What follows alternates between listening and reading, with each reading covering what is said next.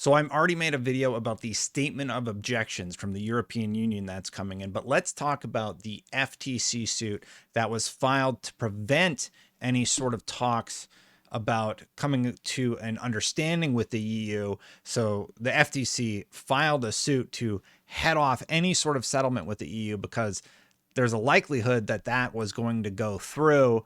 Let's dive into it right now.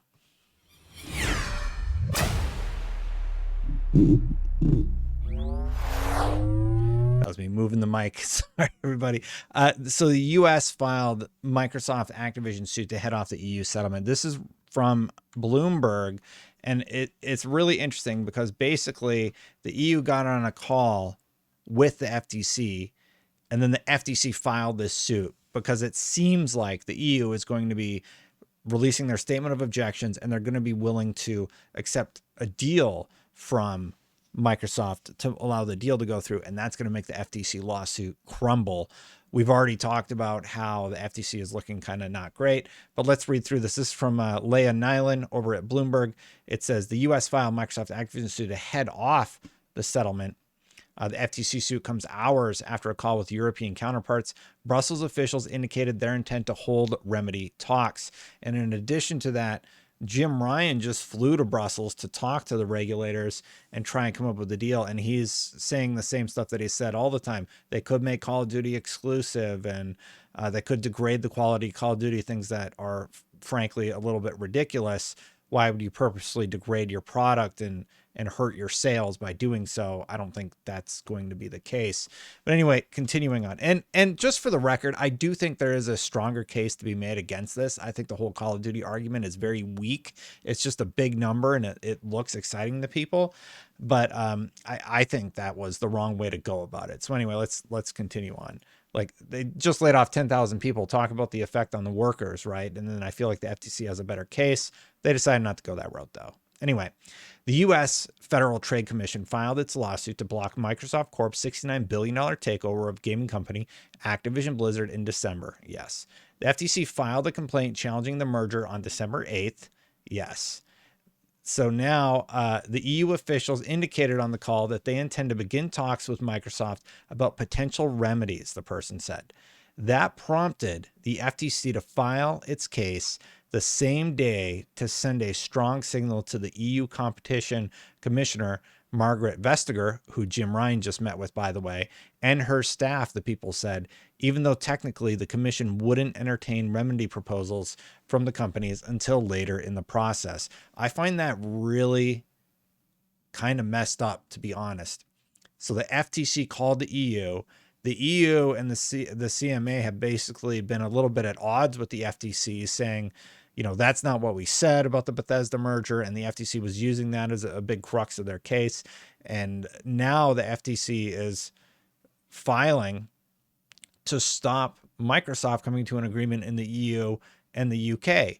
Why is the FTC messing with stuff that's going on overseas? Like, maybe I'm incorrect in my thoughts, but I thought the FTC was about protecting Americans from things. And they've done a lot of good, to the FTC's credit. I just don't understand what they're doing with this case. It's like they're terrified about losing this case.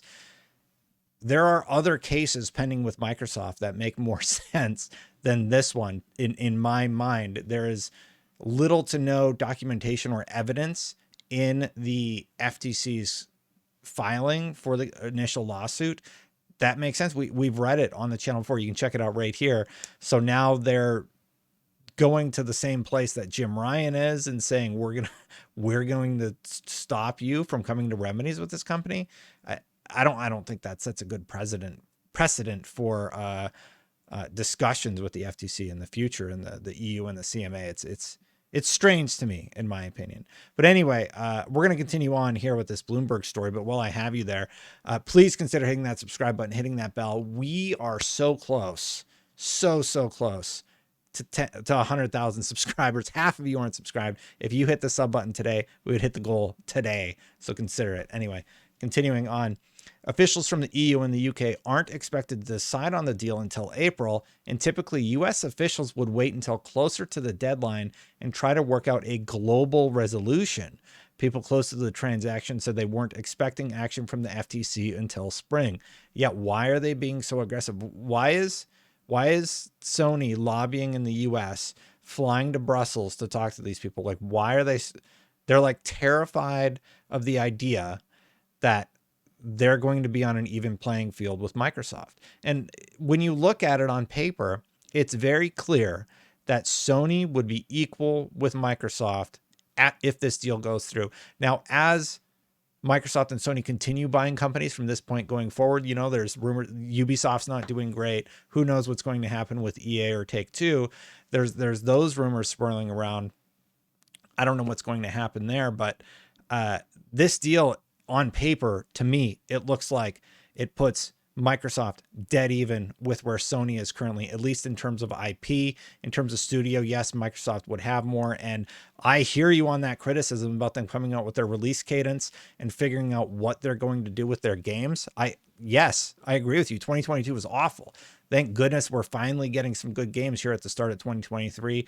You know, it's a smaller game, but Hi-Fi Rush is way more fun than I ever expected it would be. And we got a pretty good slate of games, including Forza. And I'm into Redfall, but that one's a little more contentious, and Starfield on the way. So that's exciting. But this stuff is strange to me. Anyway, by moving quickly, the FTC would be able to get out in front of the Europeans in an effort to shape the narrative, said Barry, not even going to say that, who served as the #2 antitrust official at the, I'm not going to try it and then somebody clip it, you know, at the Justice Department during the Trump administration, and now heads the antitrust practice at Fried Frank Harris Shriver and Jacobson LLP. He isn't involved in the Microsoft Activision case.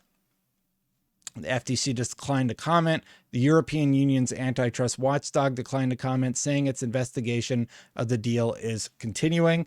Microsoft pointed to comments President Brad Smith made when the FTC filed its case. Even with our confidence in the case, we remain committed to creative solutions with regulators that will protect competition, consumers, and workers in the tech sector.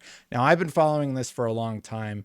It's always interesting to hear what they say. This is a great report by Bloomberg. I don't know how they have sources at the FTC who are spilling the beans on what the FTC is up to, but the main three places that are really going to be contentious are the EU, the UK, so the CMA and the EU, and the FTC. And the FTC suit is going to take a lot longer based on these comments about how they're trying to stop them.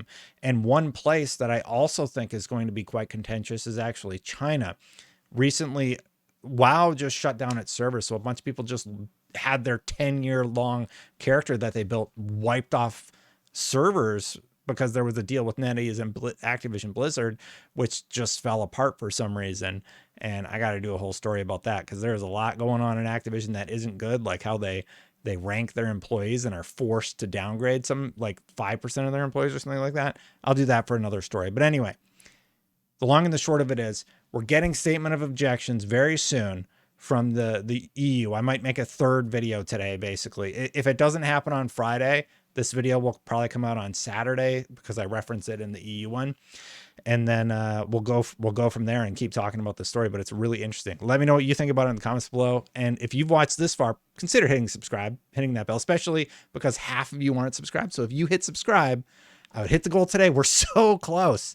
Like 3,000 people need to sub to the channel. And then I hit 100K. And that is definitely a milestone for any YouTuber to hit. So thank you for helping me get there this far. Thank you to the members for supporting the channel. If you want to become a member, you don't like the ads, click that join button. Any level, they're turned off. Thank you to everybody who supports the channel already. I'm going to get out of here. Before I go, here's that video about the statement of objection stuff that I made earlier. Check that out, and I'll see you for the next one. Bye for now, everybody.